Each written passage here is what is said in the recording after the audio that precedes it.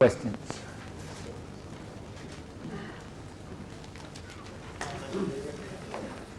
When one accepts the question for the observer, all questions become legitimate.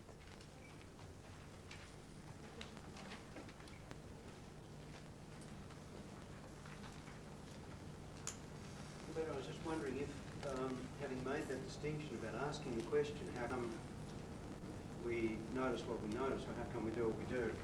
If we then notice that could objectivity outside of parentheses be one of the realities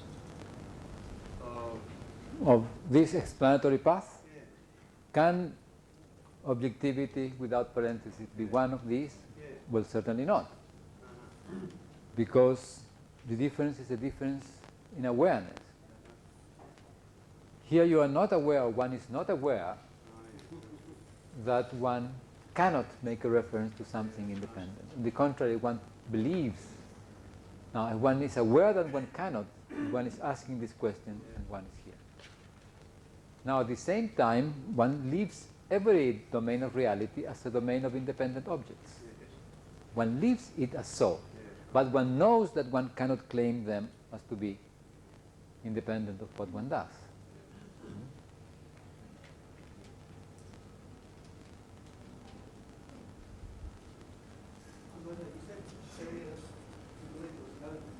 I said earlier? You said you believe if there was no distinction, there was no experience. No, I did not say that. I said that experience takes place in a distinction.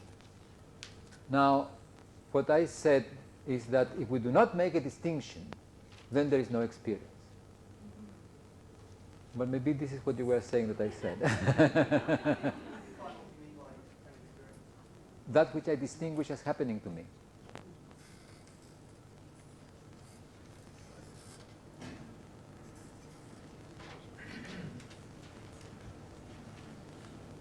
So if I don't distinguish, nothing happens to me.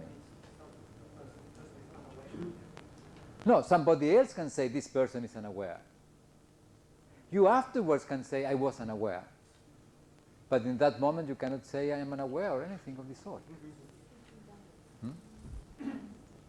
Now this is an interesting thing. If I cannot claim something, in what way could have any sense to say that there is something I'm not claiming?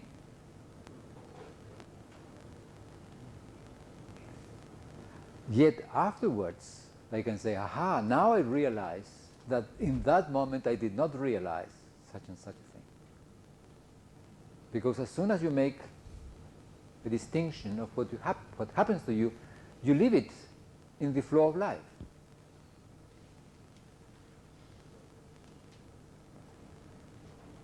We do not usually think about this in these terms because we think that we live in a world that is independent from us. And that experience is an experience of something.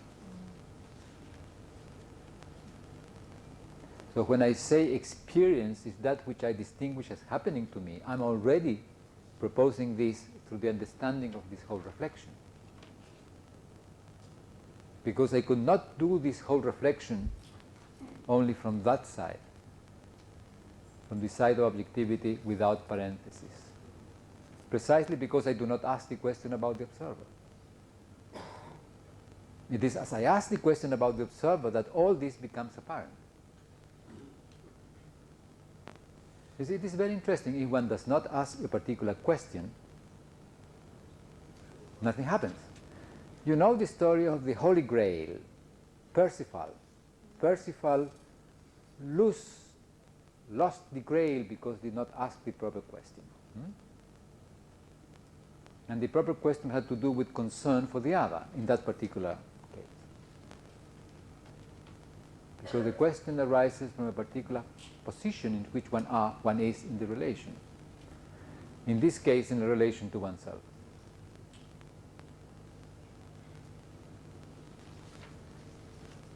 I'm interested in your comment.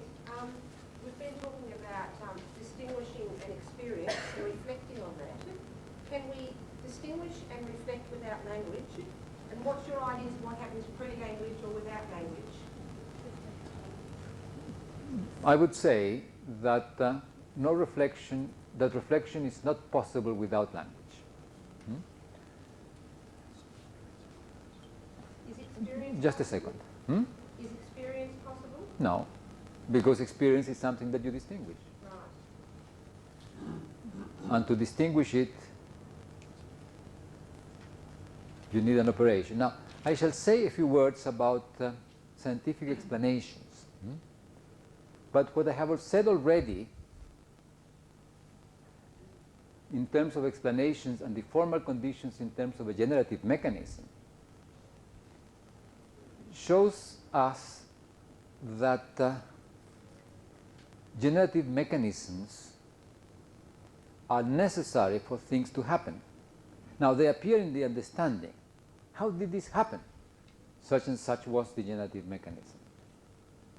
Oh, you are here in Australia. How come that you are here in Australia? I was invited by David. Yes, but how did it happen? Oh, I took the airplane from Santiago to Los Angeles and from Los Angeles again. So my answer is always a generative mechanism. Now, if I were to make a reflection, then you would ask, how do you do it? How do you explain that you do the reflection? And then I will have to propose you a generative mechanism. And which will be the generative mechanism? Language. And without language, you don't have the generative mechanism. Now, if you eventually invent another generative mechanism, you will find that it is language. Because consists in some operation which transform the distinction of your present into something that you can look at. And this is not a trivial thing. One cannot just do it. It requires treating the situation as an object and looking at it. So just to extend that then, pre-language, say a newborn baby, have you some ideas about how they experience it? Well, a newborn baby, to the extent that it is not in language, cannot have experiences. Now, at what moment does a child or a baby becomes a languaging being? Well, when we speak about language, we shall have some idea of what must happen for the baby to become a languaging being. But I would say, for example, that a cat that eats a mouse does not eat a mouse, yet I claim the cat eats a mouse. This watch that tells the hour does not tell the hour, but I read the hour in the watch. Yet I can ask you what hour tells your watch, yet the watch is not telling the hour. I read it. So this is what is involved. To tell, it must participate in a particular dynamic in which telling takes place. And telling something to somebody else involves language. And we shall talk about what language is. But reading in something means that I am in language, but not the thing in which I'm reading. Now, at the same time, in the moment in which I see the cat eating a mouse, I can speak about the cat eating a mouse as what I distinguish. And I can say the cat eats the mouse, and so on and so forth. Yet, the cat in its dynamics is doing something else.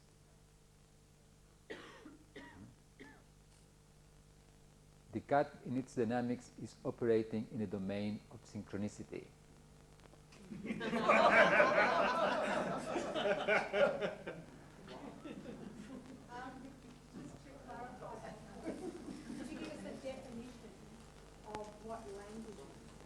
Not now. Later on. Somebody was asking here something? Okay. Depending on the language that you're speaking or hearing. Could ask again, I did not hear properly. For example, if you were speaking in Spanish or Yes. thinking in Spanish, change? Yes. I'm languaging both if I speak English or I speak Spanish or I speak Chinese. Yet the language I'm speaking, in Spanish would be the idiom, but idiom means something different in English. In Spanish, idiom means the kind of language, the kind of languaging particularities I'm speaking. Well, the kind of language I'm speaking when I speak Spanish or I speak English entail different manners of living. So there is a difference when I speak English and when I speak Spanish. And this is why it's not easy to translate. I write something in Spanish and you want to translate in English and you have to recreate it because these are not isomorphic domains. They resemble each other in terms of what they do as language, yet the elements of experience involved may be very different because we live differently in different traditions. And how does language develop the personality or the culture of a particular group of people? Ones who are using one language, they'll have certain characteristics, another language has a different characteristic. Yeah. Okay, we shall come to that when we speak about language. This morning you've used the word knowledge. Knowledge is a noun, and in our culture we are taught that a noun is an object. How much does the distinction between knowledge and knowing contribute to the distinctions that you're making? Yeah. When I speak about language, I shall speak about objects and how objects arise.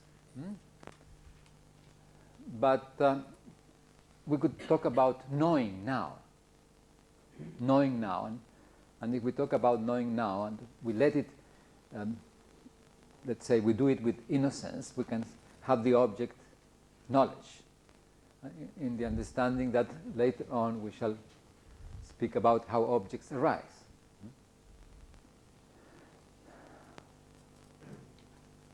But let me speak about knowing now.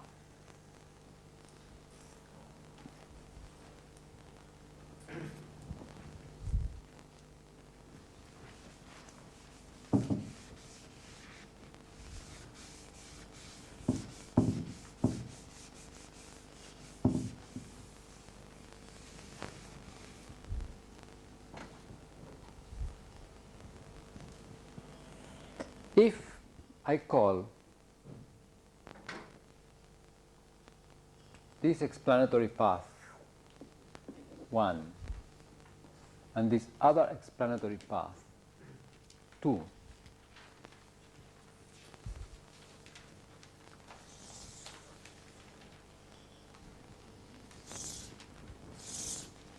then I can say here what happens in one case and in the other when one asks the question, what is? In this case, what is knowing? In a way, this is what asking me, what is knowing?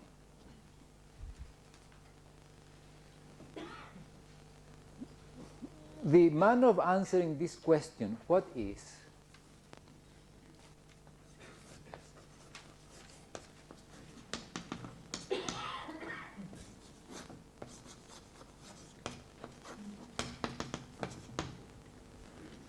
is different in these two explanatory paths because one stands differently with respect to what one is doing. If I ask the question, what is in the explanatory path of objectivity without parentheses, the one I have tagged with the number 1, I shall look for my answer to some source of validation in reality. I shall want to tell you what is that which I want to say is through a reference to something independent from me. Knowing is something that has to do with reality. Knowing is to be able to make some reference to something that exists there so that it can be universal and It can be universal because to refer to something that is universal because it's not attached to my particularity, it's independent from me, so that everyone can look at it. So knowing here will be grounded in a reference to reality, to the object in itself, directly or indirectly. And this is how one answers this question. What is to know? To know is to make reference to reality. What are the conditions in which knowing can take place? And then if we read much of what is written, it will appear that those conditions are those in which something is there, which somehow validates or invalidates what we say, even if what we say is hypothetical as a first approach. Even if I were to claim, well, full knowledge of how things are not possible. The fundamental quest in knowledge is certainty. But certainty you cannot get because you are always making hypotheses, but maybe it's never reachable, but it is reality who is indeed the fundament. This is what will be happening here. A reference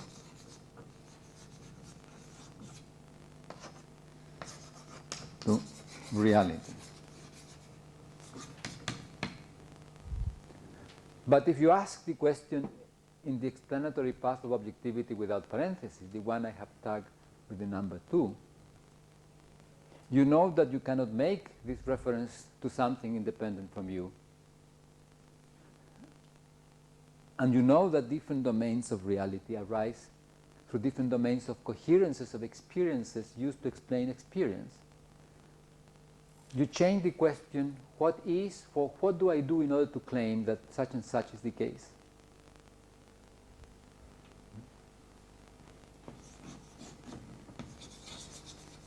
What do I do to validate my claim that such and such is the case? Now this is an interesting change.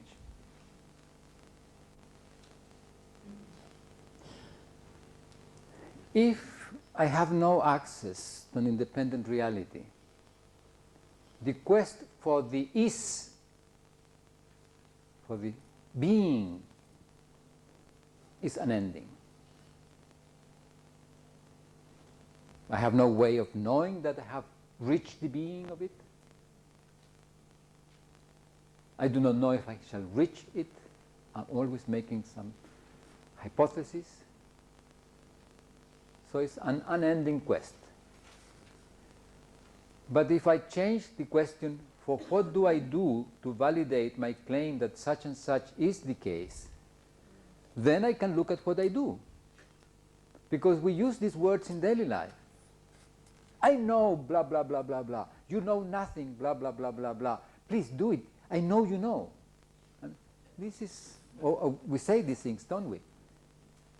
In propaganda of television, the child says, "Mother, I know you know," and the mother uses a particular substance to washing in the machine. You know how to clean this, please don't destroy it. You know, mother. So the child uses the word knowing. And when the mother washes this properly, says, "You see, mother, you knew." Interesting. There's the answer. Because as soon as you ask yourself, what do I do to validate my claim that such and such is the case? And you ask, what do I do in order to validate my claim that such and such person knows? that the case is that such a person knows, I shall discover that what I do is to attend to the doing of the other person. And if I find that the doing of the other person is adequate in the particular domain of my question, according to a criterion that I have put about valid or adequate behavior in that domain, I say this person knows. This is what we do as professors all the time. So the knowledge of the other person is my gift.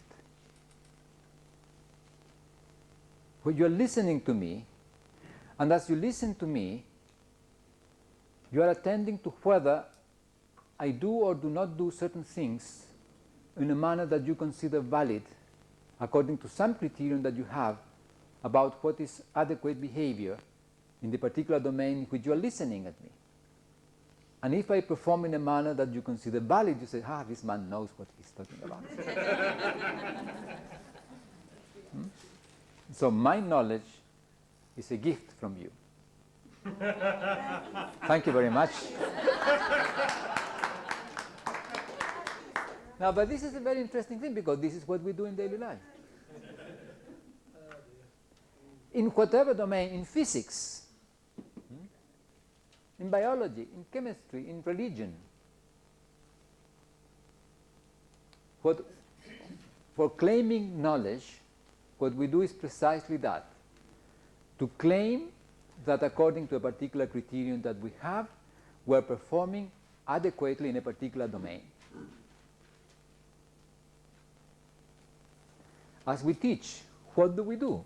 We generate a space in which the behavior of our student changes in such a way that after a while they behave in a manner that we consider valid in a particular domain according to what we consider valid behavior in that domain.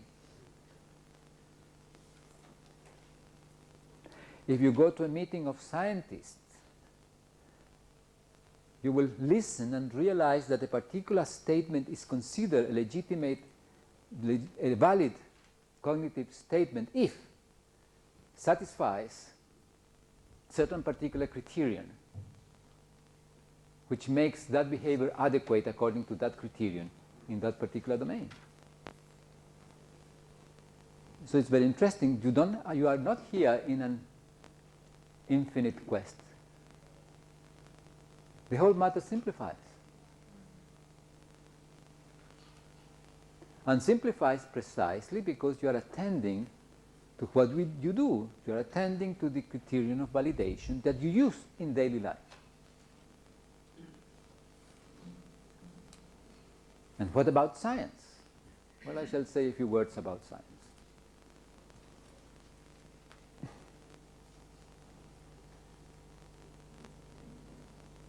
So,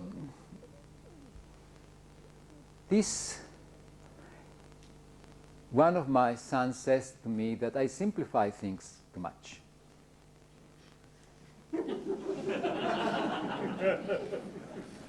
And I say, yes, I simplify things, but not too much.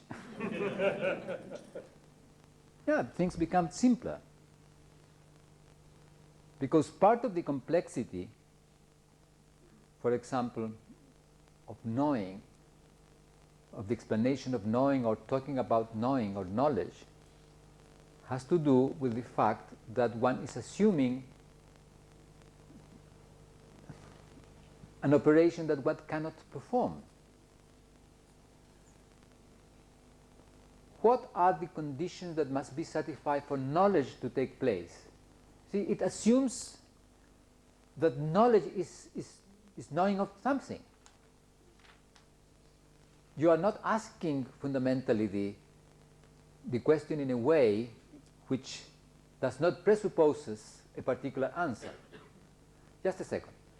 Here you discover that knowledge is not about anything.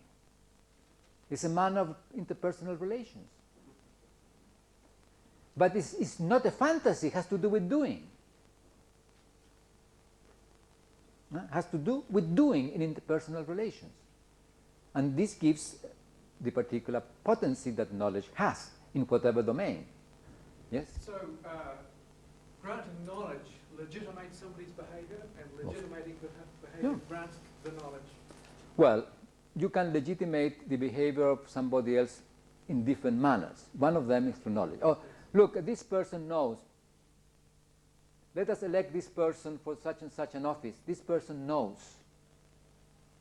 What are we claiming by saying this person will behave in this domain in a manner that I consider adequate in that domain? And I'm speaking as if this were a universal thing, as if we coincided in what is adequate behavior, which may not. We may not coincide in what is adequate behavior in this domain. Let us choose this person for this office. This person knows. And somebody says, no, no, no, this person does not know. This other person knows. And the difference is that according to this proposition, this person either does not have adequate behavior in that domain, or this person has more adequate behavior in that domain, and so on and so forth. But we are always speaking as if that had to do with reality. And yet what we are doing is not that, it's this.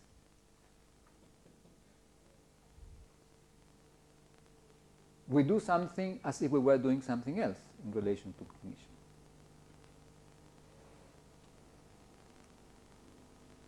Now, what do we do in science?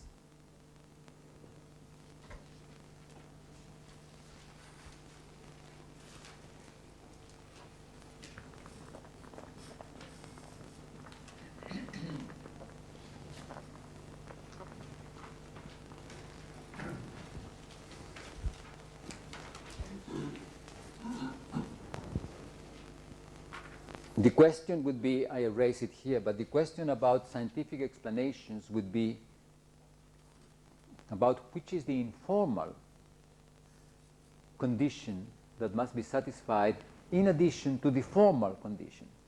Now, the formal condition is a generative mechanism. What is the informal condition which must be satisfied in addition to the generative mechanism? I'm going to speak about that.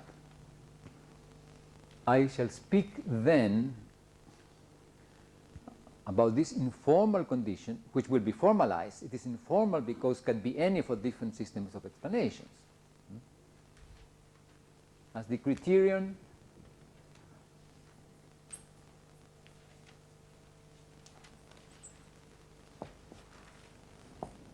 of validation of scientific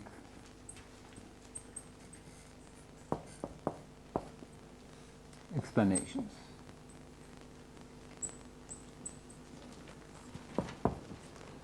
Now, I shall speak about this for two reasons. One, because we belong to a culture in which scientific explanations are very fundamental, very important. They are so important that in propaganda, when you want to sell a particular product, you claim that it is connected with science. And it has been scientifically demonstrated. It has been scientifically observed. Many things. What is people saying? Are they saying something? Are they cheating in what they say because they do not know what they are saying? What is being involved? In order to understand that, we have to see what is being said in a scientific explanation. What is a scientific explanation? What do I do to claim that my explanation is scientific? What is the criterion of validation that I use when I claim that a particular explanation is a scientific explanation? This is what I wish to talk about.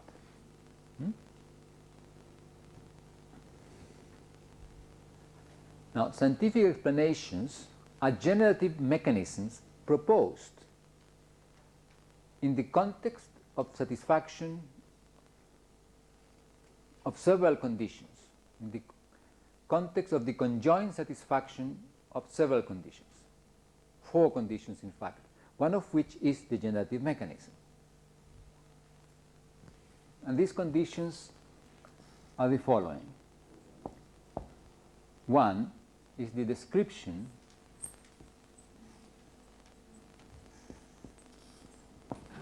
of what an observer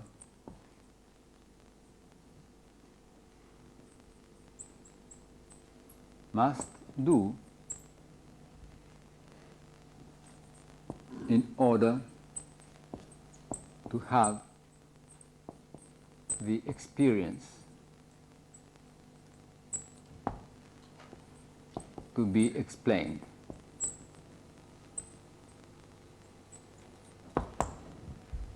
I want to explain certain experience. What do you want to explain? I want to explain lightning. What is lightning? Well, if you look or wait for a stormy day, perhaps today, with clouds that gather and wind and perhaps dry air, and you may see lights appearing in the sky. I want to explain this. How come that this happens? That under these conditions I see these lights. The description of what an observer must do in order to have the experience to be explained. I have to wait for a stormy day, and then not to go to bed, not close the windows, let the windows open to look at the sky. And then I shall see these lights.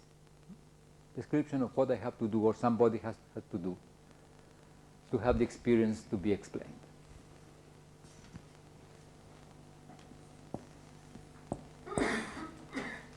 Oh, I live in a part of the world where there are never storms. Then you are a bad observer.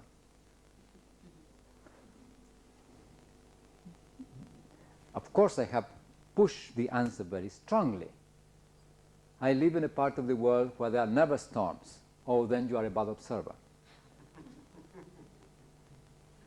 Because indeed this is what we do. If somebody cannot have the experience that one is going to explain, one says it's a bad observer.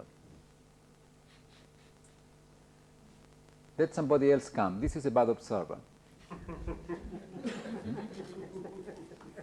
But this is what we do indeed. Second condition, the proposition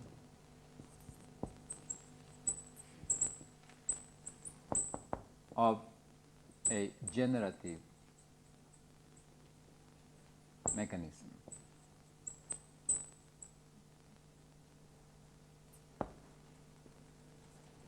And what will this mechanism generate? It will generate the experience to be explained.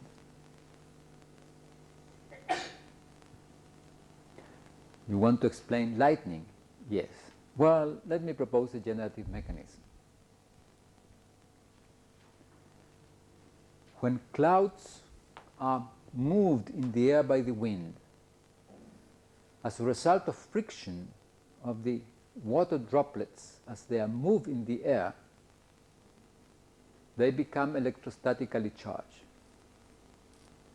And when the charge of the whole cloud is such that there is a potential difference between the cloud and the earth, or between the cloud and another cloud, a spark takes place, a current flows, and you see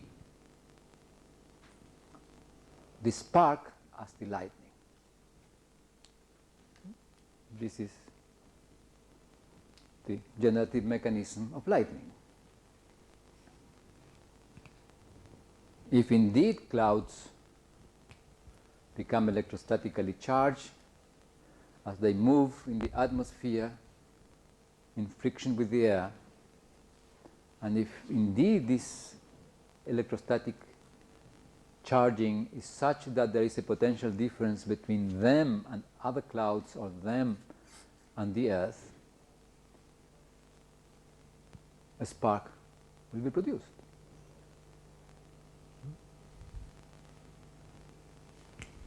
The third condition that must be satisfied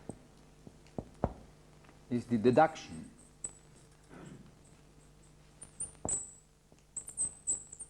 from all the experiential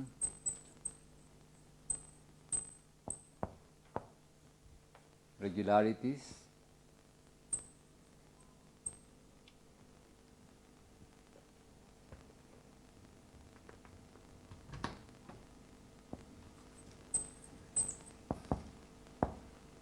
coherences entailed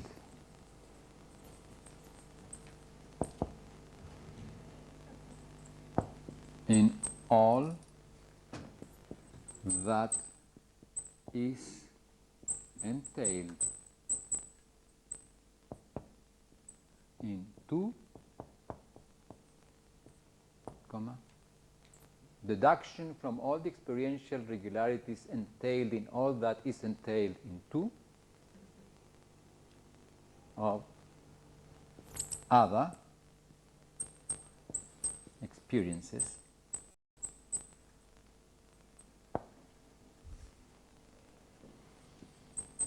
that the observer may have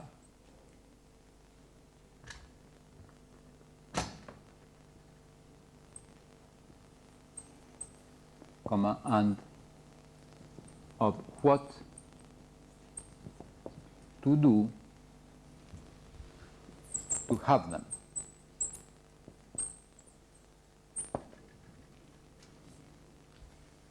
A deduction. When you propose a particular generative mechanism, for example, if I propose the generative mechanism, the electrostatic charging of the clouds, then I entail the notion of electric charge, potential differences, current, and a whole domain of experiential coherences, because electrostatic charges, current, potential differences are notions that refer to certain operations that the observer can perform.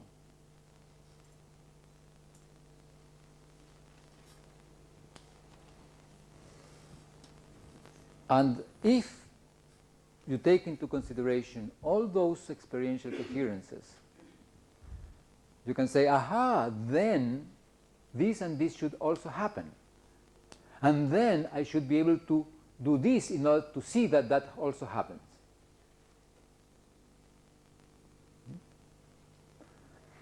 When the child listens to the mother who is explaining the second proposition, the baby is made inside the mother, in the part that the mother has an organ, which is the uterus, where the egg and the sperm of the father have gone together, and the egg begins to grow there attached to the uterus of the mother and grows, and eventually it comes out through a little passage that the mother has. And the child says, "Oh, mother, then I can see when the baby comes out." The child is doing precisely this. A deduction from the experiential coherence entailed in the mother's proposition.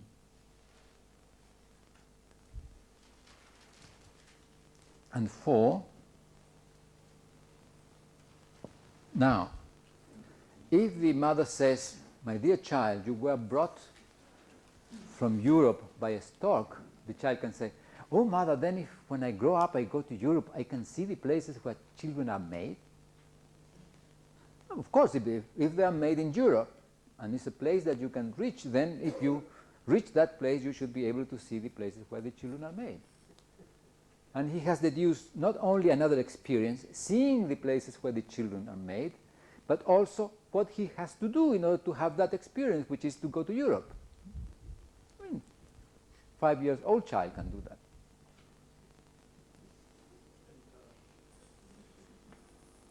And the 4th condition is doing.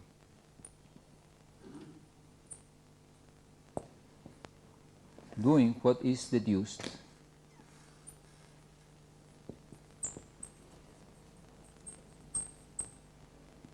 in 3.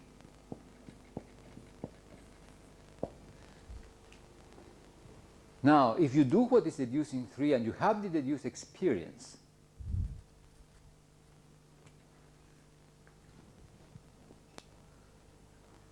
Then, excuse me,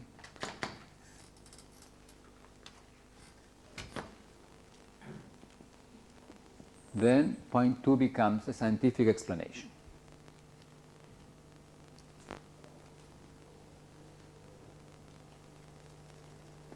So a scientific explanation is a generative mechanism proposed in the context of the satisfaction of these 4 conditions.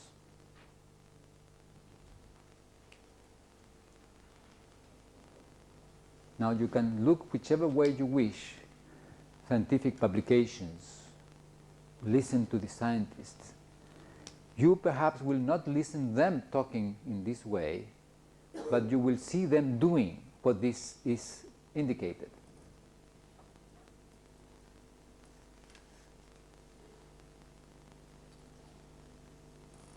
And look, it is very interesting because I have chosen the example of lightning. Proposition. Generation of a potential difference between the clouds and the Earth through the electrostatic charging of the clouds as they move in the atmosphere through friction between the dry air and the water droplets.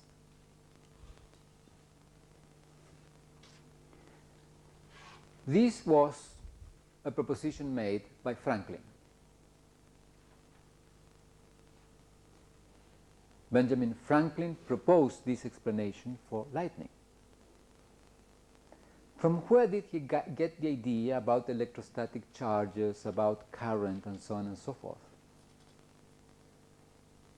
From his playing with electrostatic machines in his barn, in his house. He had little machines through which through friction generated potential electrostatic charges. Then he played and invented a way to show potential differences and so on and so forth. And he had a whole home laboratory in which these various notions entailed in the generative mechanism that he proposed were his experience. He was doing this. He was distinguishing this. So he used as elements for his proposition notions that he had abstracted from the coherences of his experiences at home. And then he deduced, because he had shown he had played at home with bodies which had been electrostatically charged. He had played with them, connecting with the conductor, this body, with a condenser. He had shown that a current would go through the wire such that the condenser became charged too. So he said, aha, if I were to raise a conductor to a cloud which has the other end connected to one side of a condenser, while the other side of the condenser is connected to the ground, a current should take place, and this current will be apparent in that the condenser will be charged. This is what he deduced. And so he played the famous story of the kite. Why wasn't he killed? Because it didn't go very far, very high up. Became charged, let's say, 50 meters up.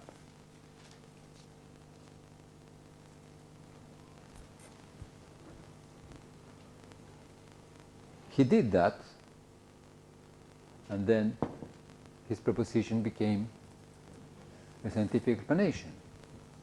Notice, no reference to reality, no mathematics, no formalism involved.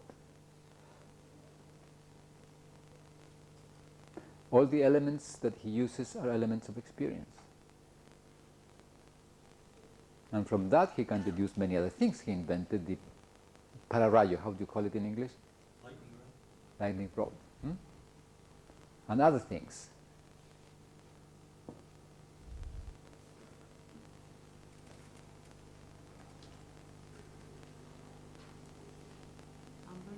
Yeah?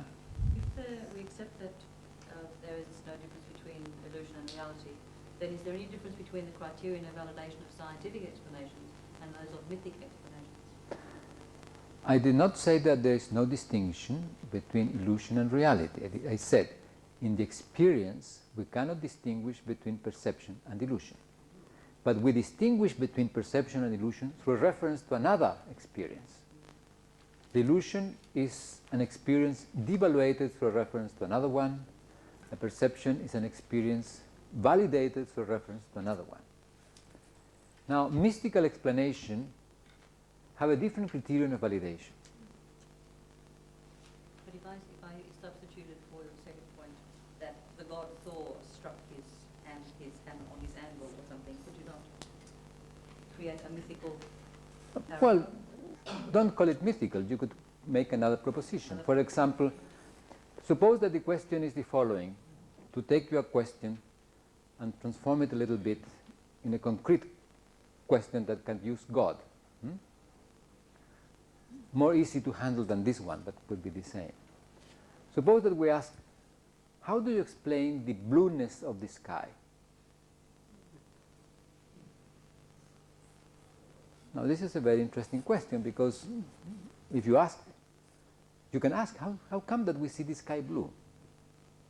And somebody were to say, oh, it's very simple. Gods get up before you or anyone in the morning, has been careful in buying a paint of blue paint, a pile of blue paint the day before, and the brush, and paints the sky blue, so when you come out in the morning and look, you see it blue.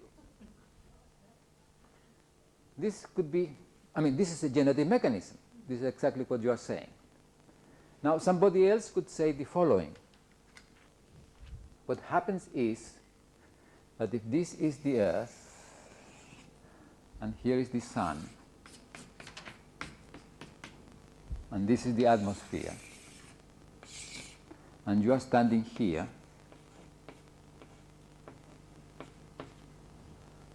and what you get from the sun is different wavelengths of light, some long wavelengths,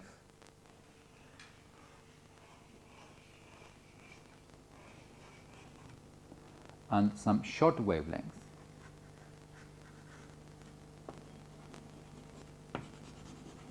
Now, the short wavelengths, as they enter the atmosphere, become dispersed,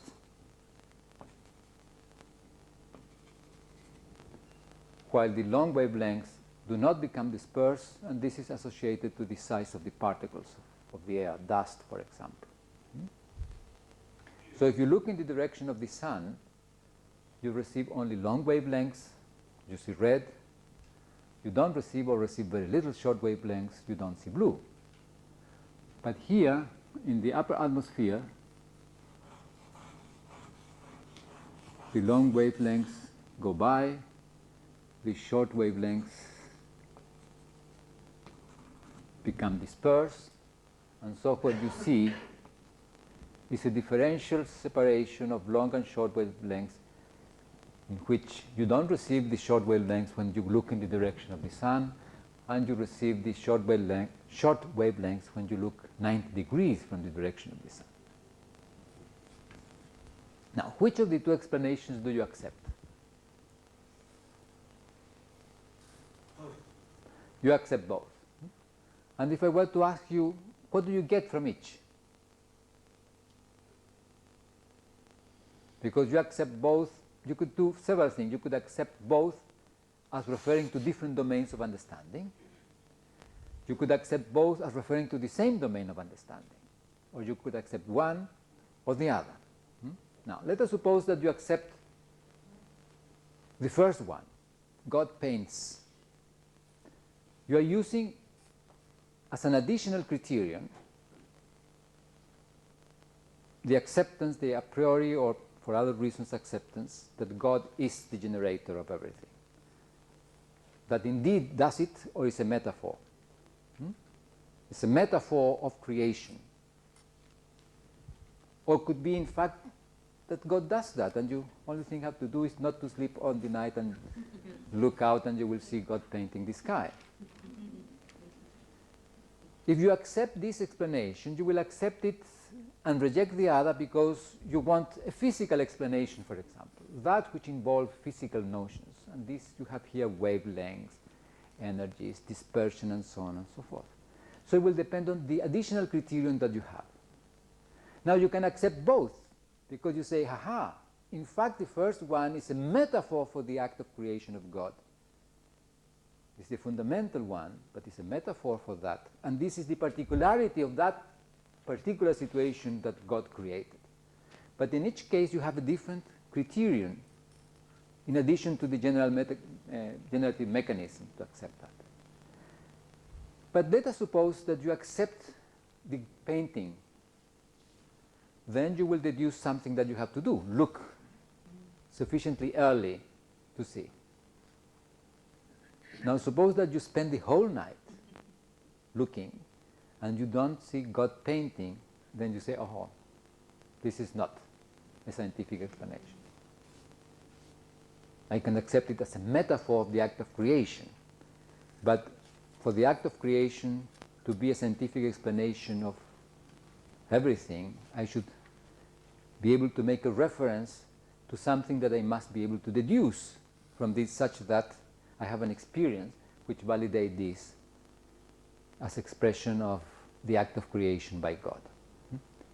So you will have to put some particular criterion, which is the one that in the long run will validate this. What is interesting here is that it doesn't exclude any domain for scientific explanations. You can do scientific explanation in any domain in which you can satisfy this. If you put here a mythical notion and you make deductions and you have the experiences, then it's a scientific explanation. Yes? Is experience the same as reality? No. And what's the role of explanation? Experience is that which you distinguish as happening to you. And explanations are propositions that you make to satisfy your curiosity. So do the explanations generate the reality, or do you have a perception of the reality and therefore... Now, explanations generate a world, but reality is an explanatory notion. I meant either one of the realities. Oh, yeah, they're explanatory systems, explanatory notions. They configure domains of reality, these explanatory situations. And then is the explanation part, is there a constant process involved in it? Yes, explanations are fluid, are changing, but they don't just change in an arbitrary manner. They change according to, in the case of scientific explanations, they change according to whether they satisfy or not this criterion. In the case of other explanations, they change according to you are changing your criterion of acceptance. For example, in the case of the child. First, he was enchanted with one explanation, with one proposition. Then he was enchanted with another proposition. Then what is it? Is it possible to have this system without the explanation part in it? To have Is it, what is system? it possible for humans to miss out on the explanation part? To live without explanations? Oh yes, of course it is possible. You do not need explanations to live. Would that mean that there wouldn't be the reality or reality? No. I mean, maybe they will not make commentaries at all about reality. They will just live. But if they were to ask questions about questions that demand an explanation, then they will fall in one or the other of these two paths. But you can live without explanations. Explanations are superfluous. But if you accept them, your life changes. They are superfluous but not trivial. Do you have language without explanations? Please? Do you have language without explanations? Well, yes, you have language without explanations in the sense that as human beings arose with language. They may have lived a long time without explaining anything. But you cannot explain without language. But it depends on what we shall talk about language. Just wondering whether you might care to comment on the roles of technology and theories as particular technologies on the distinctions that we make.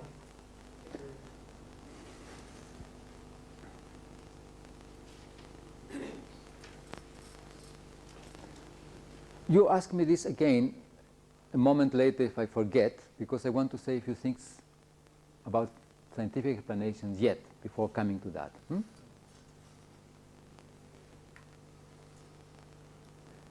I say explanations are superfluous, yet they change our life when we accept them. Now, why are they superfluous? Or what do I mean when I say they are superfluous? I mean that they are not necessary for living. In fact, language is superfluous. It's not necessary for living. Yet when language arose, the manner of living changed in those animals in which languaging arose. And we shall talk about that later. Now, explanations as manner of interpersonal relations. Notice that this is a manner of interpersonal relation. It's a manner of creating a particular community of those which like to explain in this manner. Science is a domain of statements founded on scientific explanations. And the person is a scientist to the extent that he or she likes to explain with this criterion and is careful in explaining with this criterion and not confusing criterion for validating his or her explanations. When I say I am a scientist, what I'm saying, I am a person that lives under the passion for explaining using this criterion in his explanations. Do I need this for living? No, but I need it for earning my living. I earn my living as a scientist, yes? 5 minutes.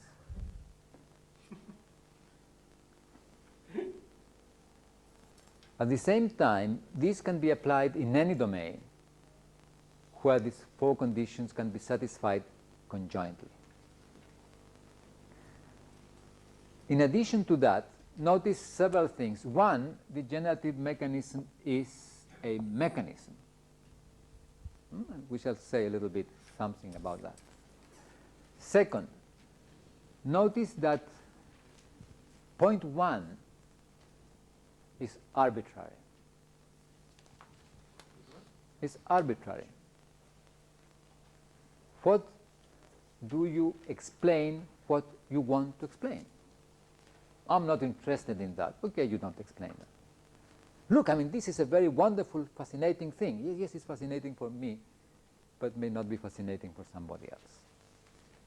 Where does the question arise, the experience to be explained from the experience of the observer? You will never ask a question in a domain which is beyond your experiential domain. You have no elements to ask a question, because you have no experience to talk about. Where does the generative mechanism come from? From the experience of the observer. It's arbitrary. The only condition that it must satisfy is that it generates, as a result of its operation, the experience to be explained. The child is brought from Europe by a stork. Fine. No problem with that. God paints the sky. No problem with that. Oh, the blueness of the sky is the result of differential dispersion of light. No problem with that. You can choose any.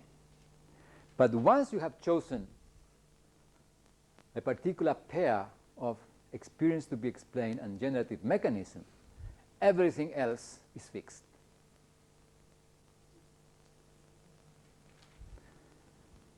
Point 1 and 2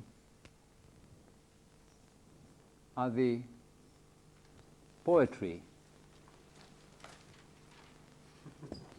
of doing science. You are a poet in point 1 and 2.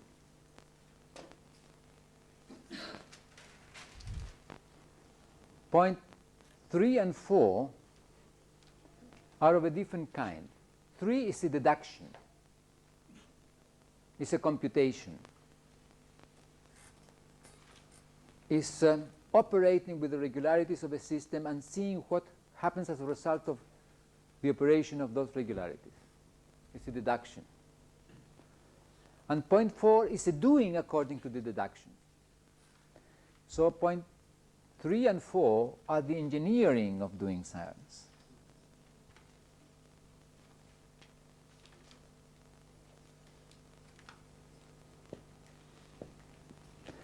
None is more important than the other. If you don't have both, you don't have science, engineering, with E, excuse me, not with I.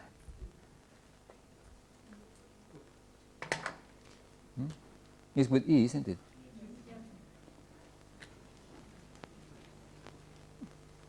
It is not that one is more important than the other. You require both. But they do different things.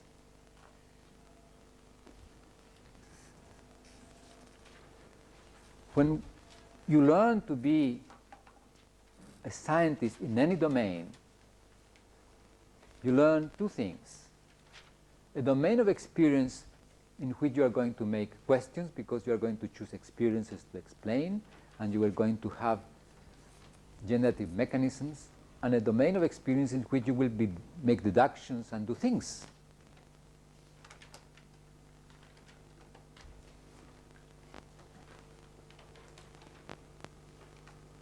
Notice that there is no reference to reality.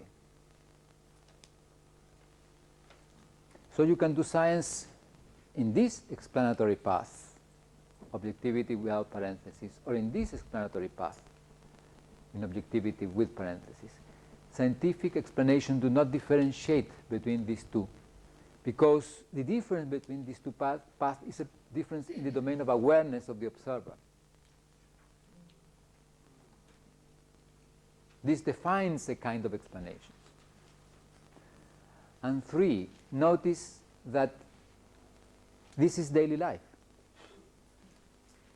And the child immediately does exactly this.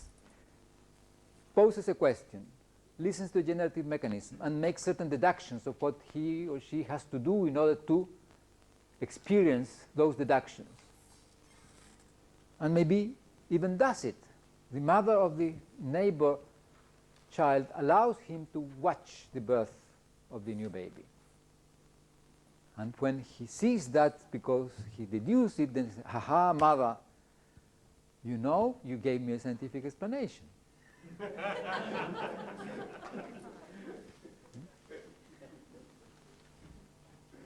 Scientific explanations have to do with daily life.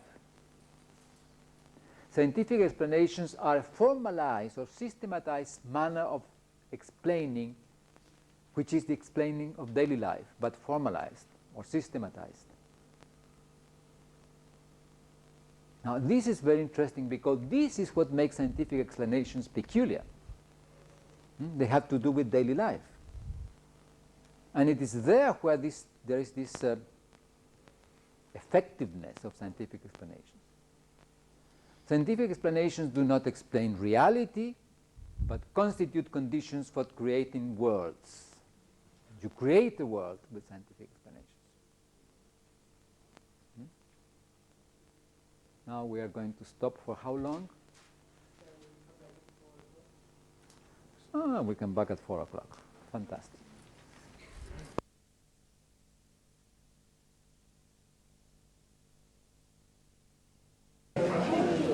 So we can go on.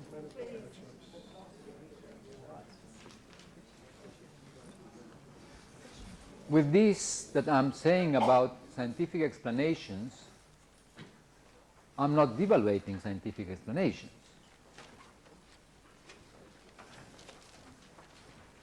I'm a scientist and I do this. What I'm doing is to call attention to what we scientists do.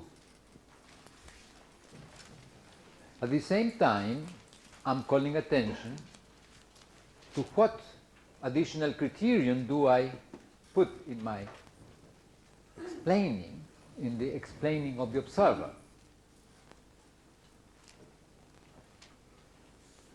So what I want to generate is an explanation of observing which is a scientific explanation. I shall propose, or I'm proposing, or I'm generating the ground to propose a generative mechanism that satisfies the criterion of validation, or that is embedded in the satisfaction of the criterion of validation of scientific explanations. In that sense, I'm not speaking about reality. What I'm doing is something that belongs here. Would you mind taking that again slowly? Yes?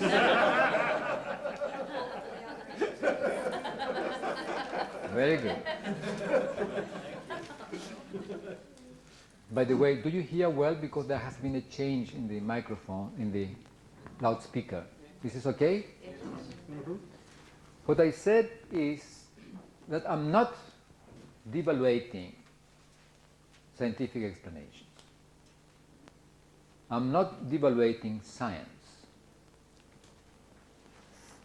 What I'm saying is that science is constituted as a domain of explanations and as a domain of statements, through explanations that use this criterion of validation.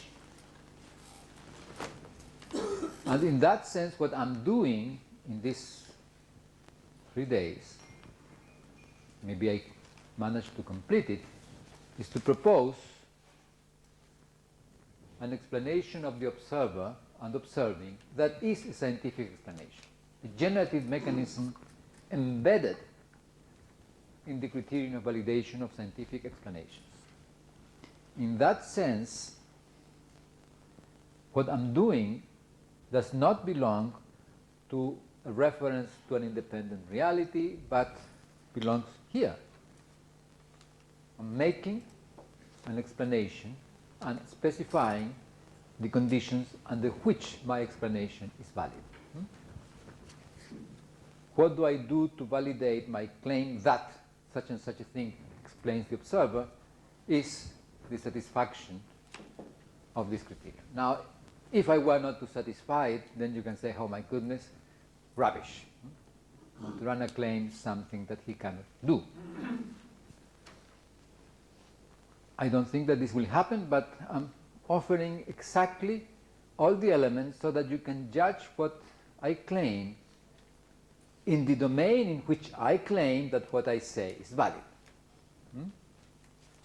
Now, this is not trivial, because frequently we claim something without being explicit about the conditions under which we claim that what we say is valid. And one of the beautiful things of science is that you can be completely explicit about the criterion of validation of your statement as a scientist. One may not like science or scientists, but this is another point. This is the criterion of validation. I insisted in that scientific explanations do not entail any reference to an independent reality. Do not entail any notion about an independent reality as a necessary condition for science or scientific explanations to take place. Because scientific explanations have to do with coherences of experience. Only with that. So one can believe in an independent reality, one may not believe, is indifferent. The belief in an independent reality is a superfluous notion in science. Now, scientists know this, and at the same time, they do not usually behave consistently with this. And scientists do not usually behave consistently with this because we belong to a culture which is fundamentally centered into a belief about an independent reality, which is not taking as a belief, but is taking as a principle, as a primary condition, as if without that belief nothing could be explained.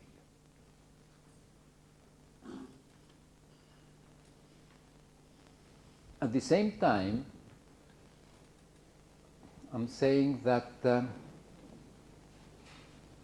with scientific explanations we bring forth a world or worlds. Because as soon as one accepts, one produces a scientific explanation,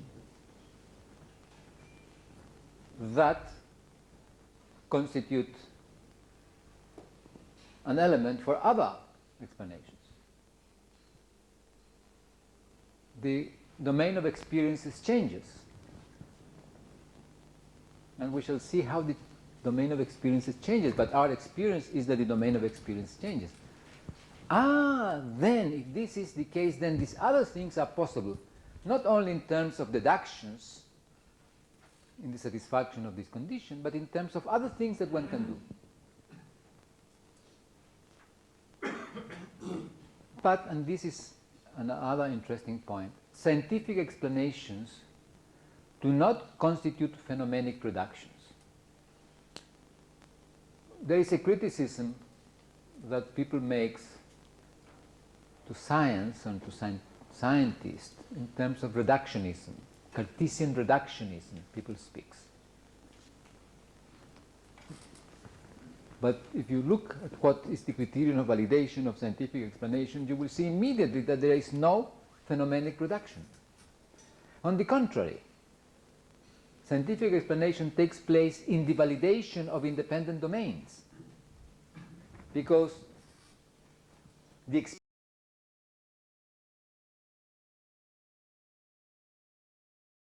experience to be explained takes place in one domain, and the generative mechanism takes place in a different domain. Whenever you make a scientific explanation, you are validating two independent domains, because the experience explained is the result of a process, does not belong to the process, is the result of the process, takes place in a different domain. Now, this is a very fundamental thing. If we do not see that, we collapse things. One of the, I wouldn't say objection, but one of the complaints, for example, in psychology with respect to physiology is that you cannot explain psychological experiences in physiological terms. How are you going to explain consciousness in physiological terms? Is consciousness an operation of the brain, nerve impulses, emotions? And the complaint is that in experience, in daily life, we sense that that which we experience as a spiritual experience and that which we distinguish our experience as neurophysiological phenomena pertain to different domains. If we listen explaining psychological phenomena in physiological terms, if we listen to that as a phenomenic reduction, then we cannot accept. But there is no phenomenic reduction, because you would propose a generative mechanism. There is no phenomenic reduction in scientific explanations. Scientific explanations are not reductionistic operations. Scientific explanations are generative propositions in the context of the validation of this criterion. So what you have is two domains at least that are validated.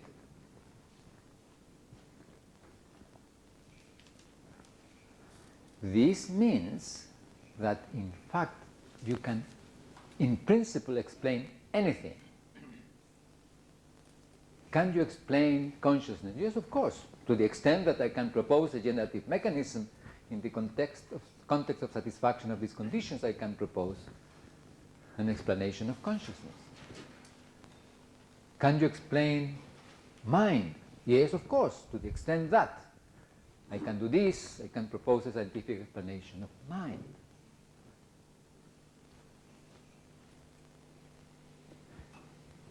As two experiential domains are validated, these two are standing in two different domains. One is, let's say, abstract with respect to the other. For example, we never confuse the movement of the car with the operation of the engine.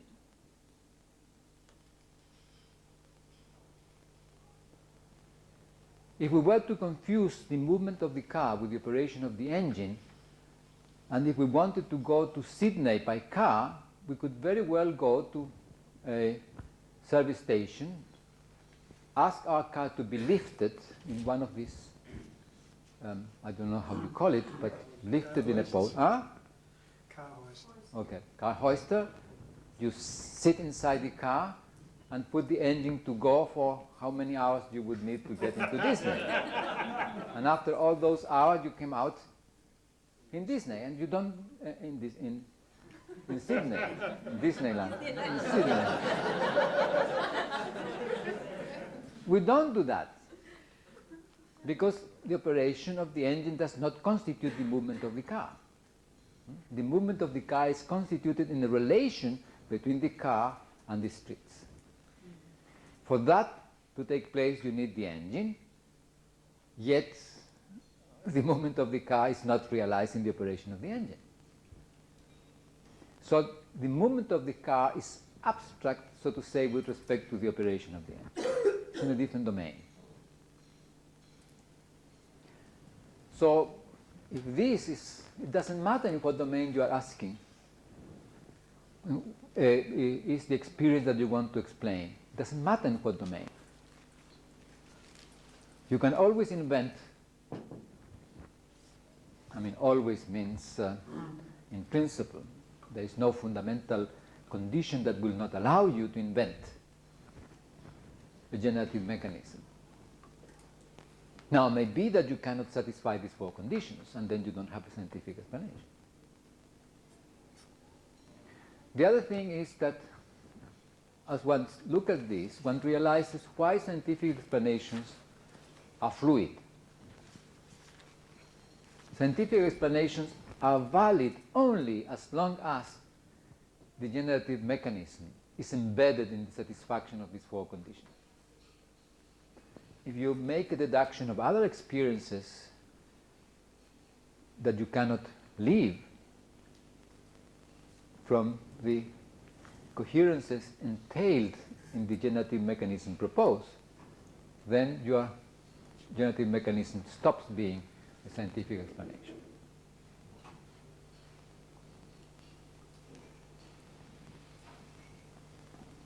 Now, generative mechanism. This means that scientific explanations are mechanistic. Yes, it means that. But what is mechanism?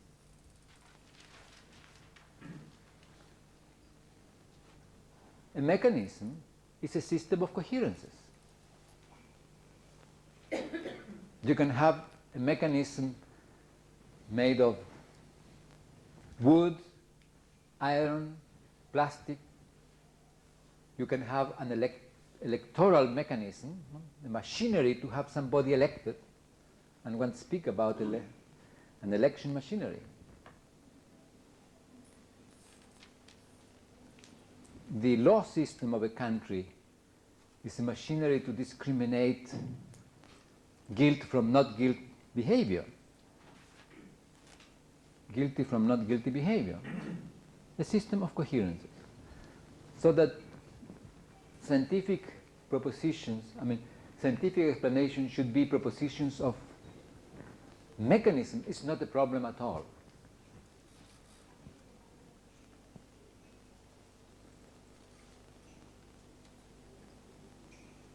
Because you can have mechanisms in any domain. And the only thing that is telling to you is that it's a domain of coherences such that if it operates, the result is something else.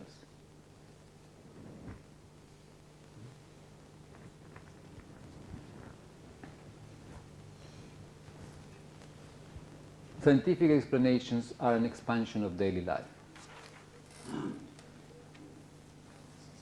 Systematization of daily life explanations. When parents send their children to school for the first time, alone, they tell the children what they should do, and they explain them how and why they should do whatever they should do, telling the consequences of doing one thing or another. So they say to the child, if you go to school, you must perform this and this and this. If in the performance of, if you do something different than this, then some other consequences will take place. For example, if you cross the street in the wrong place or in an inadequate moment, certain things are going to happen. And in fact, what you are building is a scientific explanation of the situations that the child is going to encounter in going to school.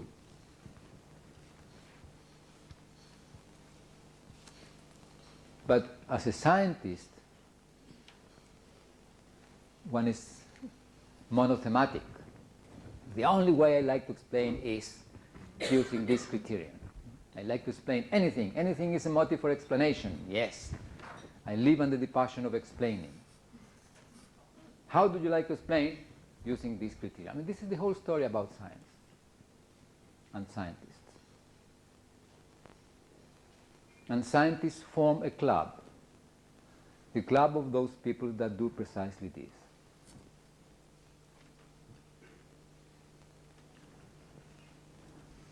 But if it has to do with daily life, then daily life changes as one accepts explanation.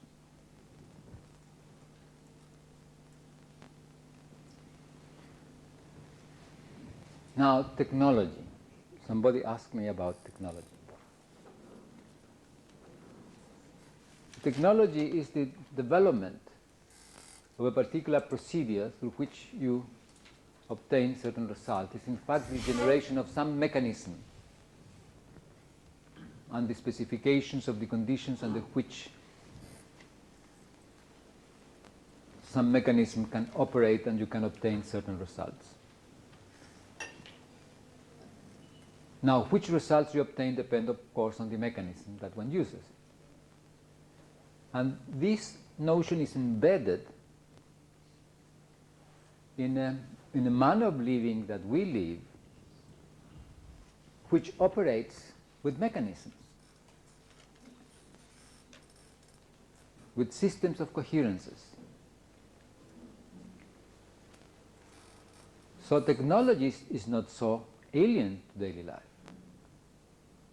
It's again a systematization of operations in daily life, but this time not oriented to explaining, but oriented to production.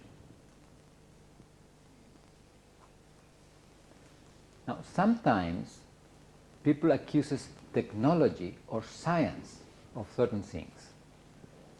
But if we are careful, we realize that we should not accuse technology or science, but we should accuse technologists or scientists of the consequences of what they do, because it is they who do this. You see, science is nothing more than a collection of statements. It is the scientists who are responsible or not responsible for what they do. It is the scientists who reflect or do not reflect on the consequences of what they do. The same with respect to technology. We speak as if technology were by itself something valuable. And this, of course, is a misunderstanding of what technology is, because technology is nothing more than a procedure or a system of procedures. And it is the use that we human beings give to different technologies is what has the consequences that we live. But if we do not reflect upon the conditions of validation of what we do, then we do not take responsibility.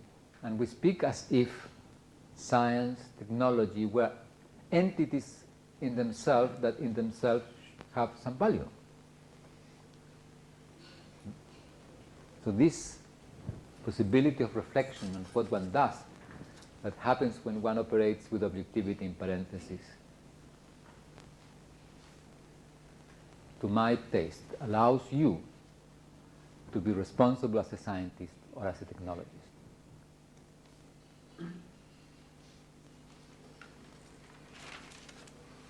If somebody tells me that I am responsible for the consequences of my research, I would say yes and no. Yes, I'm responsible because I have brought forth something and I take responsibility. And no, because I have not done all the uses that this is the case. And this is not a disclaimer of the first. The second, the no is not a disclaimer of the first. If I don't like some of the consequences of the use of what I have done, then I may do something because I'm aware of this.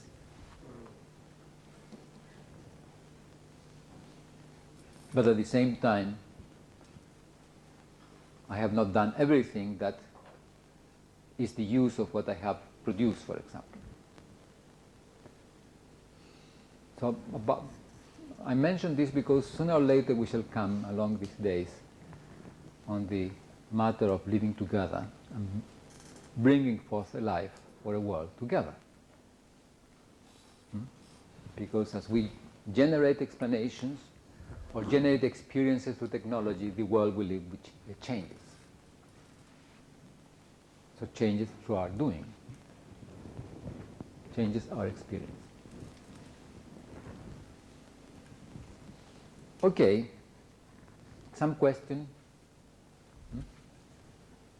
I'd like to hear something about the difference between using scientific explanation as you presented in terms of natural biophysical phenomena and social phenomena. Excuse me, I missed part of the question. Could you repeat it? I would like to hear you say something about the difference between using scientific explanation as you presented in terms of explaining natural biophysical phenomena versus social phenomena. Do you see any difference in the way science can be used in those two? No, you can do this in any domain. You can do this in biophysics, in social domains, in whichever domain which you can apply the criterion of validation of scientific explanations. And there is no difference. The difference that there are in the domain.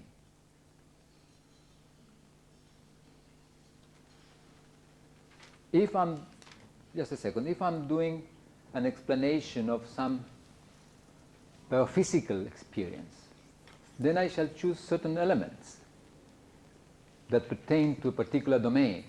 And if I'm explaining some social experience, then I shall choose elements of another kind. And if I were to choose, let's say,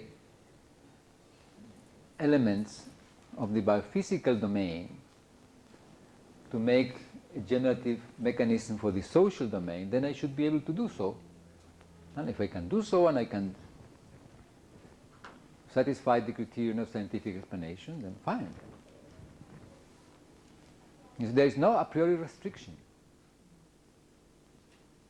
These two notions are poetry. Einstein used to say, and other scientists have said, that scientific theories are free creations of the human mind. And this is what is meant. Einstein also marveled himself that being scientific theories, free creations of the human mind, you could explain the world. But there is no surprise, because you do not explain reality, you explain experience. And the world you live is experience. It's that which you distinguish that you live. So there is no problem in that, if you can do it. On that very issue, is it possible that under that scenario there is an assumption that there is something about existence which has to do with causality and prediction? Is it possible to have an experience for which there is no generative mechanism? Well, you can have experiences that you cannot explain, yes. Because experiences are that which you distinguish as happening to you. Now, if you have no idea of what generative mechanism to propose, then you don't explain it. Or if you propose a generative mechanism and you do not satisfy these four conditions in coherence, then you do not have a scientific explanation. Or you may have another explanation which is not scientific. I mean, this is not the only kind of explanations that one can use. That this is a peculiar one.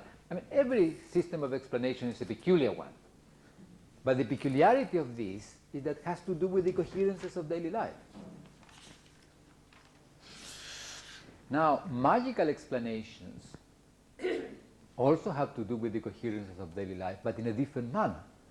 Have to do with the coherences of daily life, not in the constitution of living, but in the manner of living. While this has to do with the constitution of living. This ties with what is a living system as a living system. While magic explanations do not tie with what is a living system as a living system, but how living systems live together, particularly human beings. In relation to sort of living, if one took the view that is construction of what it is to be human, that way of explaining, doesn't it have to do with existential anxiety and the fact that we want to be able to predict? Well, I claim that scientific explanations do not have to do with prediction, although we may want to predict. Scientific explanations have to do with this. Now, this deduction, you see, if we were to speak about this in a different manner, the more standard traditional manner, we should say, a description of the phenomenon to be explained as something that happens there. An explanatory hypothesis, the proposition of a model, prediction of other phenomena, and testing of or observation of the other predicted phenomena. And we would be speaking as if we were talking about an independent world. But as soon as we analyze what we are doing, we realize that we are not dealing with an independent world, but we are dealing with what we do. This is why I don't call this hypothesis. If I call this hypothesis or modeling of reality, I obscure what I'm doing, and what I'm doing is proposing a generative mechanism. You see, a hypothesis is a proposition, a suggestion about how things may really be. This is a hypothesis, a proposition of how the thing is or takes place. So I don't listen to the generative mechanism.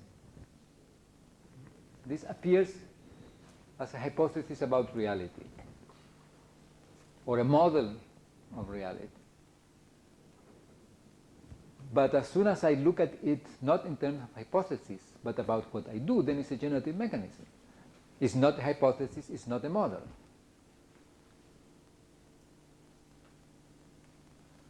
I may say the same thing, but I'm looking at it differently because I'm not looking at it as a model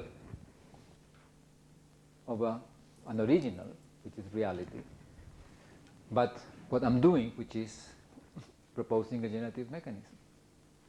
Because that which will result is a result, and I'm concerned with the result in relation to the experience that I want to explain. So this shift in the discourse is a fundamental shift in the total understanding, and yet one does apparently the same thing. I think that I'm going to make the hypothesis that the lightning is the result of a spark that takes place between clouds or the clouds and Earth when there is a particular charging of the clouds, electrostatic charging of the clouds as they move. So I speak in terms of hypothesis, and I obscure that I'm proposing a generative mechanism. Now, what I'm claiming is that if I attend to what I'm doing as a generative mechanism, I have a much better understanding of what I do, and many misunderstandings disappear. If I make hypotheses, I speak as if I were expressing the same phenomenon in more fundamental terms. I'm going to express the lightning in more fundamental terms, which are electrical processes. So I obscure what I'm doing, and what I'm doing is associating two independent domains. So in that sense, this change I'm making is not trivial at all. If I make hypotheses, I have somehow a reality as an original.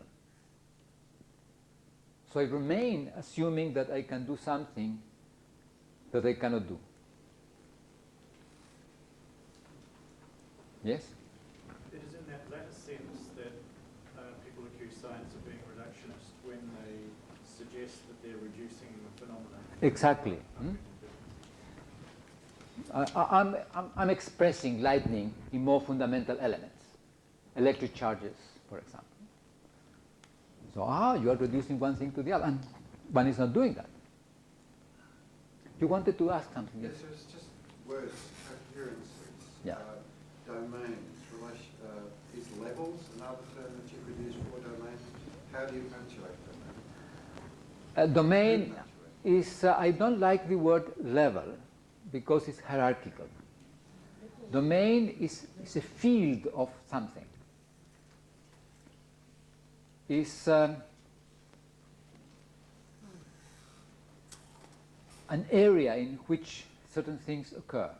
The social domain is an area in which a particular kind of relations take place. The molecular domain is an area, is a field in which particular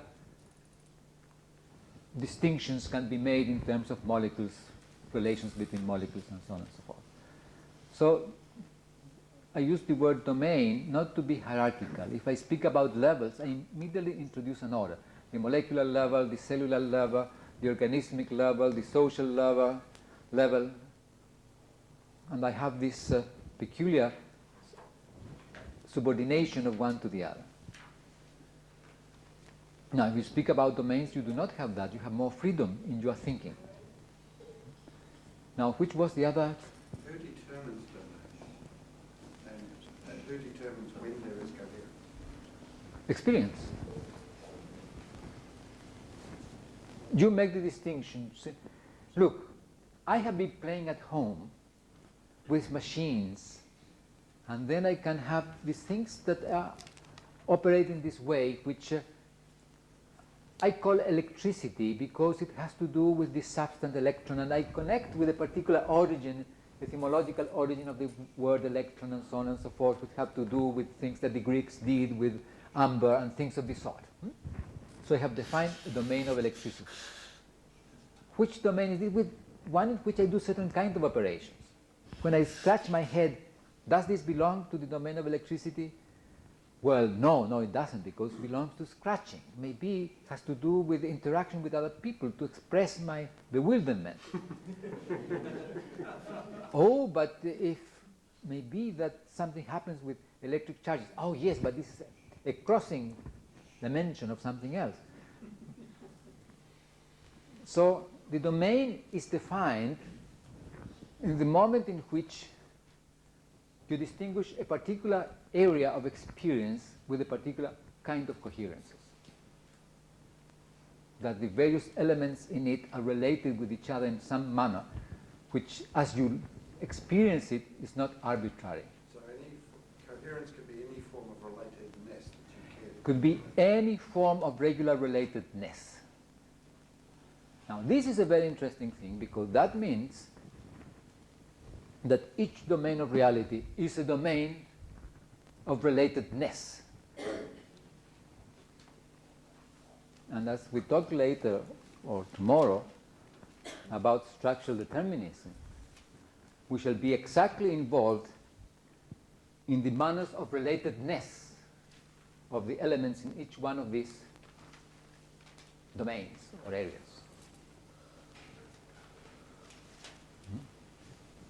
Can I go right back to experience? Because I think I have a general feel for the statement that experience is something which takes place in languaging or whatever the terminology is, but it's the boundaries. I suspect many of us, if not all of us, have had experiences which we not only can't explain, but we can't describe. We can't, in any sense, put into language of a kind we can convey to somebody else. On your definition, does that mean that it's not an experience? Or No. it's an experience only to the extent that it can be described? No, to the extent that it can be distinguished. You say, well, look, I have an experience that I could not describe. I found myself, and you make some description of your emotioning, of what happened to you in your emotioning. And the other says, aha, well, I had something similar. And maybe if the other person had something similar, there you have a domain in which these experiences can be handled. Now, if the other person has had nothing similar, it remains as something private that you cannot talk with somebody else. But maybe you can play with it by going in and out of that special place, for example, and expanding it, this phenomena of what's happening to you, and eventually inventing a manner of talking. Because this is what we do. Eventually we invent a manner of talking. These people have been playing with this electrostatic charging, and eventually a manner of talking has been invented. Now, as we speak tomorrow about language, we shall find out that this manner of talking is not trivial, because it has to do with doing. Earlier on this morning, when you spoke about the future, you know, said About? About the present, I think. You said all I did, Yeah. about the present, and you spoke about the way in which we connect history or the past through generative mechanisms. Could you, in a similar way, connect, perhaps what Champion was getting earlier, our kind of need for certainty and projection into the future? Would you connect them in the same way? If I understand you, you correct me if I go outside of the track of your question. This might be a question that's in the category of the previous one. Yeah, but you tell me if I'm going out of the track. When I make a deduction, I'm saying, aha, then if this and this happen, this other thing should happen. The child says, aha, then if I go to Europe, I shall see the factories where babies are made. Well, this appears as a statement or a proposition for the future. So the child is bringing forth a future. If I go to Europe. So the future, in that sense, is a manner of being now.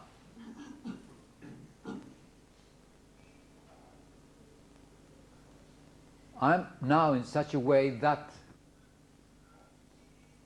if I go to Europe, I shall see the factories where babies are made.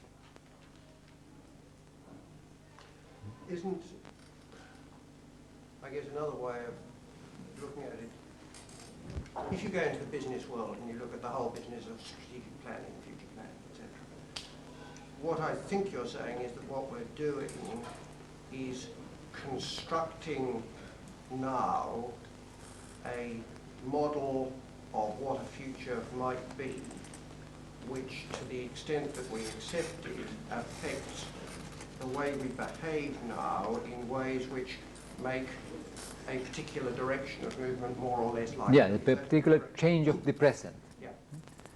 Not necessarily as a model of what the future might be, but one could also talk about the model of what the future might be.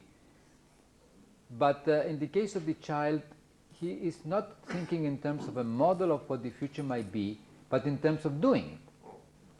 Now, my wife was told as a child that she was brought from Europe as a baby. So she decided to go to Europe to see the factories where babies were born. And we married, I went as a student, then she came, and our first baby was indeed made in Europe.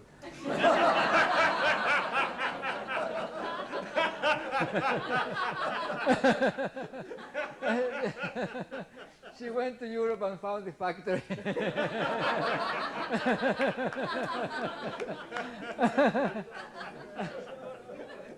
But you see, what is interesting is that if you think in a particular way, then you behave in a particular way.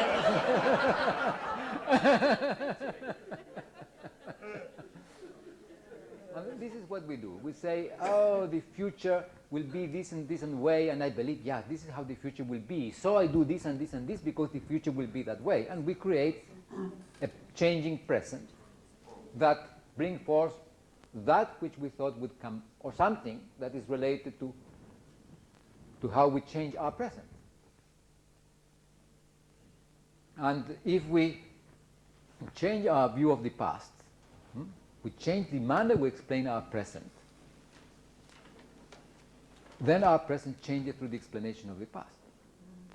For example, let us suppose that we think that the earth was created by God, or the world was created by God, in a single act of creation. So of course we expect certain things to occur according to that single act of creation. And when fossils were found, then there was a problem. I mean, what are these bones of animals that they resemble to animals now, but they are not identical as we examine the remains? What is this? Are these animals that were created and then discarded? And theories appear about the act of creation, that these were attempts of God to create animals which he discarded. But how could he discard something? If he is perfect, he does only perfect things, so he could not discard these animals because we are imperfect. So, well, no, maybe there were several creations. After all, there was this catastrophe of the deluge, so maybe that there were several creations. And so, different histories to explain the present, which has to do with these findings, conserving certain particular notion, which is the act of creation. Now, suddenly, Darwin comes and says, no, there is no act of creation, there are no catastrophe, there is a continuous transformation. And that you accept this, not only the past changes, the present changes too. Because we live differently. As soon as we accept an explanation, we live differently. This is why we quarrel so much about explanations. You notice that we do not quarrel about experiences unless we accuse the other of lying. It happened to me that last night I saw this and this and this. And somebody says, oh, this is explained in this manner. And somebody else says, this is explained in this other manner. We may quarrel about the explanation, but unless you accuse me of lying, you cannot claim that I did not have the experience that I had. Because if we accept this explanation, that life goes this way. If we accept this other explanation, life goes this other way.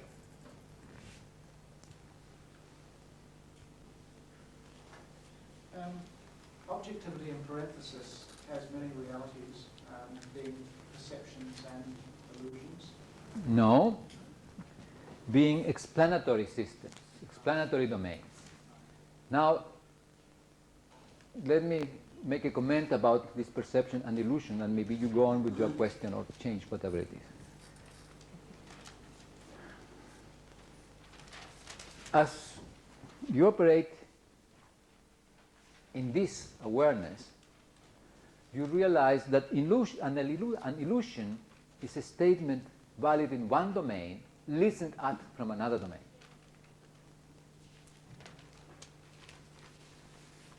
For example, you touch your nose and you have two nose tips. This is a valid statement. Yes, I have two nose tips if I touch my nose with my crossed fingers.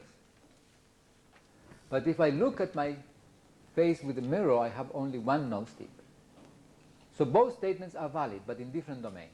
If I believe the mirror, cross-finger domain is an illusion. If I believe cross-finger domain, mirror is an illusion.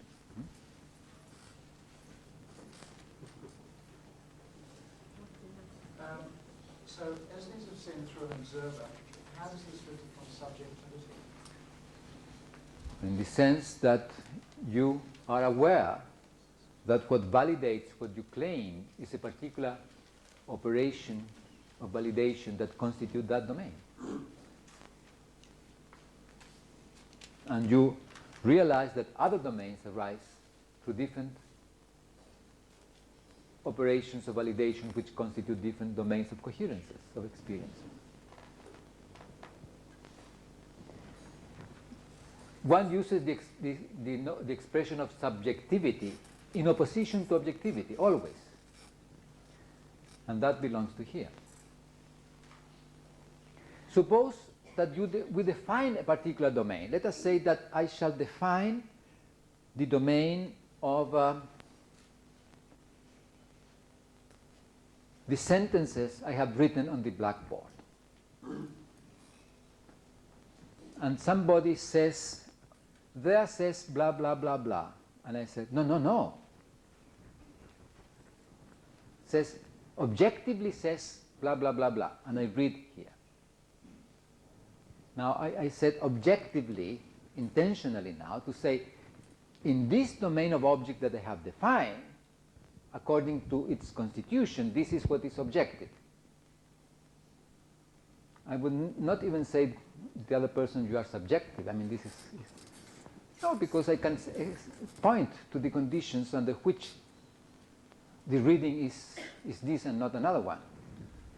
Because I have specified the domain. But here I cannot.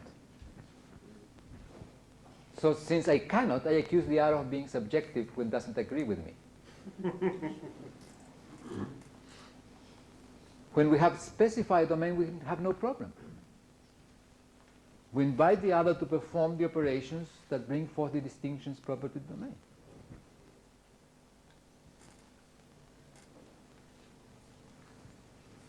I think you said a few moments ago something like illusion is an experience which is valid in one domain but invalid in But is listened from another domain. Okay, if you take that along with your suggestion that in a scientific explanation, point one up there, your description takes place in one domain, but your generative mechanism takes place in another domain, and then any deductions that are made from that, if they do not turn out to hold, and you attach more to the generative mechanism than the experience, then will you then say the experience was illusion? And is this what happens in science? Follow my question. Two things. First, this relation is a different one from that here, because here somebody makes a statement in A and I listen in B.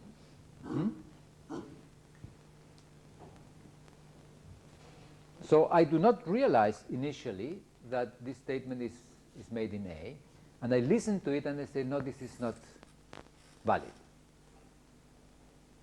It's a mistake, or it's an illusion, depending on the circumstance.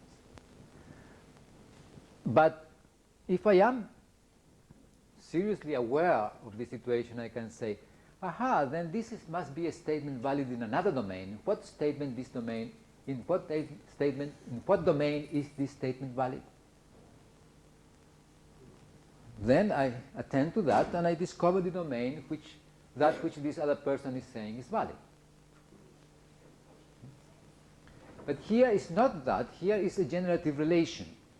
These are two different domains, but this is proposed ad hoc to generate this other one. Okay, now, the question. So you make that generative mechanism, and from that you deduce certain things that may follow. Okay, yes, I make deductions from the coherences entailed here, yes. And then you endeavour to observe those or do things to bring those forth, and it doesn't occur. Doesn't occur. Is it not the case that in much science people become so attached to the generative mechanism that they then dismiss the initial observation as illusion because the whole process doesn't follow? Yes, this may happen, or this happens, and this has two kinds of consequences. One is that, of course, you cling to claim that a certain particular generative mechanism is an explanation of something which cannot hold, and you miss. You begin doing things to prove that in terms of making deductions such that you can have the experiences and validate this. And spend years in that. This happens. Or you may change your understanding of what you are proposing and change the deduction. For example, Einstein said, when you have a theory, in the discrepancy between facts and theory, you have to follow the theory. Now, I mean, was he crazy? What was he saying?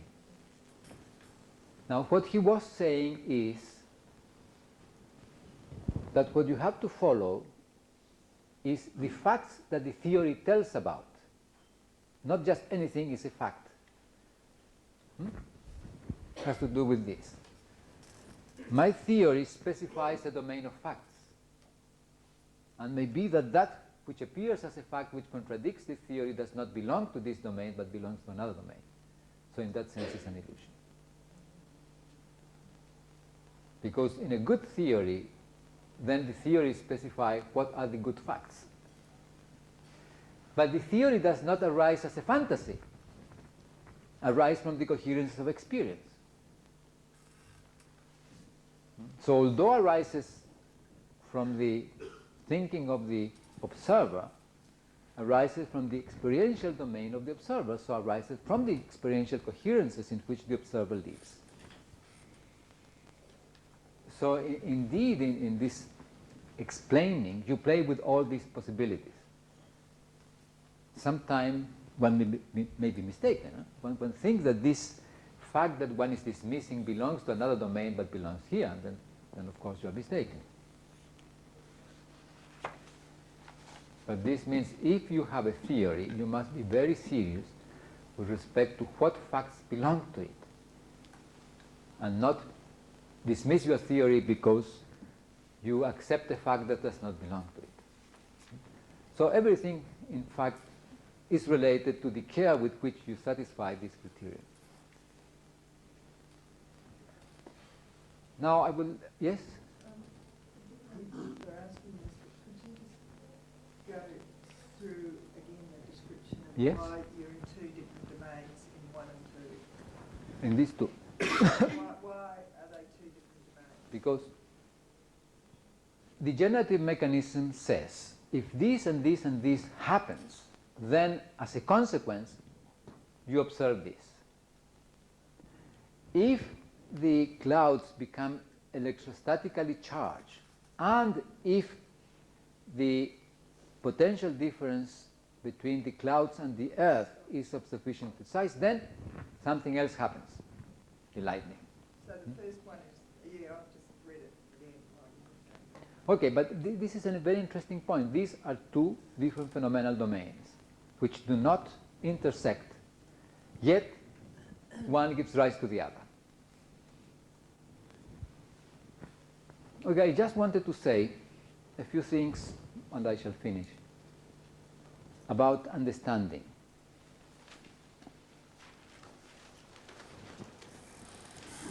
We explain by proposing generative mechanisms, and we explain scientifically or in different manners. And we bring our explanations from our experience. Now, the broader is our domain of experience. The broader is the domain in which our explanations are embedded. And as we look at a particular explanation embedded in a broader domain, we have a view about the relevance of this explanation in a bigger domain than the domain proper to its particular characteristics in the particular explanation. Now, this relation of a particular explanation or a particular notion in a broader domain is related to understanding, or to what we call understanding. If I speak about understanding something, I shall be meaning that I'm looking at something in a broader domain in which it has relevance. So much of the training of a scientist or of a person in any particular domain has to do with the expansion of experience such that the understanding of particular statements can be increased. You make a particular statement, but your understanding is big because it's embedded in a big domain of coherences in which this is a particular case. Now, much of what I have been saying is to generate such space for understanding what I shall do in explaining observing. I shall speak tomorrow about language. I have spoken now about science. I could make certain statement about the observer and observing, but if we do not have this broader domain in which whatever I'm going to say is related, then we shall not have an understanding. We shall not have a view of the domain in which what I shall say is valid. Not only the criterion of validation, but the domain in which it is valid. So this is why I beg you to bear with me going into these matters that may seem unrelated to the main purpose. But you will realize, as I hope you are realizing, that they are not unrelated because they have to do with the broadness of the domain in which what I'm going to say about the observer and observing as an explanation of the observer and observing indeed is meaningful. So we stop here.